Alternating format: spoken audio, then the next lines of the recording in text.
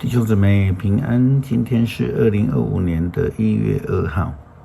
今天的经文是诗篇147篇12节到20节，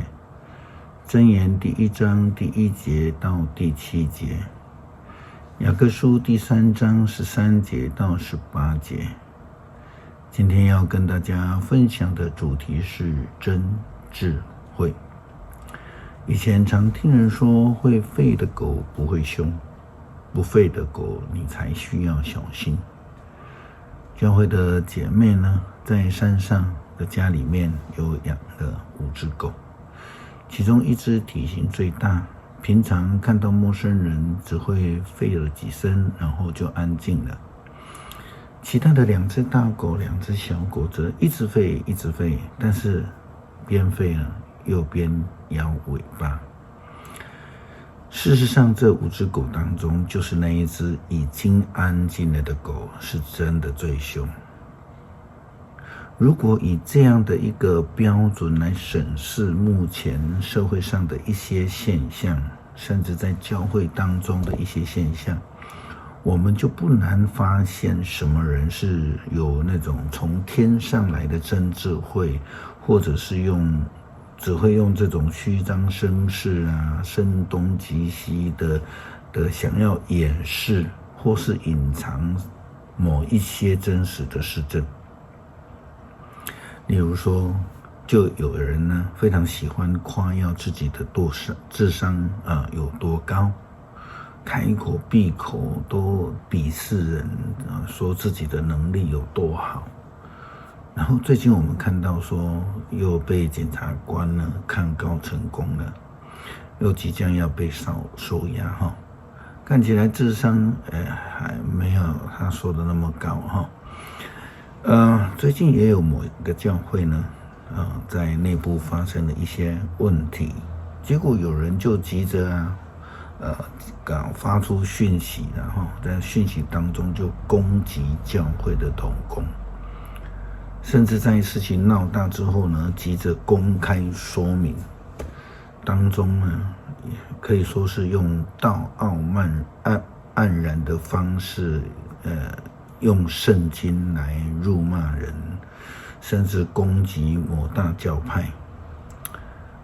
好像自己是非常清高，是最清白的人那个大教派呢，好像是粪土一样还有其他类似的一些情势也都是一样。其实我们在这个当中，在他们的言谈当中，都可以看出他们已经透露出极大的一个破绽。只是当事者自以为有智慧，而被自己的骄傲给蒙蔽了，成了最愚昧、最大的笑柄而不知之所罗门王劝勉他的儿子们，劝勉年轻人，劝勉世人的话，在箴言第1章第1节到第7节就这样子说道：大卫的儿子以色列王所罗门的箴言这些箴言会使你认识智慧和训诲，明白格言深奥的含义。他们会教导你怎样过明智的生活，怎样做诚实、公正、正直的人。他们会使无知的人精明，教导年轻人处事有方。这些箴言也能使有才智的人增长学问，使明达的人获得开导，明白箴言中的隐喻，以及明智的人所提出的问题。敬畏上主是智慧的开端，愚蠢的人轻视智慧，也不愿意学习。真的，我们千万不能去藐视别人，更不要去藐视上帝的智慧。在雅各书3章第13节到18节提醒当代的基督徒分辨真智慧。他说：你们当中有聪明智慧的人吗？如果有，他就应该要充满着谦卑和智慧的好行为，来表现他有美好的生活。既然你们心里有恶毒的嫉妒和自私，你们就不可以自夸，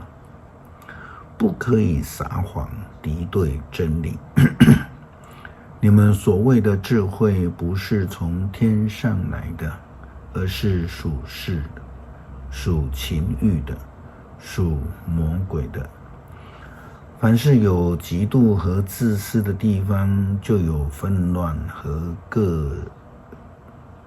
种的邪恶行为。但是从上面的智慧有几样特征：第一是纯洁，其次是和平、谦和、友善，充满着仁慈，能结出丰富的善果，没有偏私，没有虚伪。一切正义的果子都从播种和平的人为和平努力所撒的种子产生而出来的。所以一位基督徒是否有真实的为社会带来注意，或者是为了教会带来和平而努力，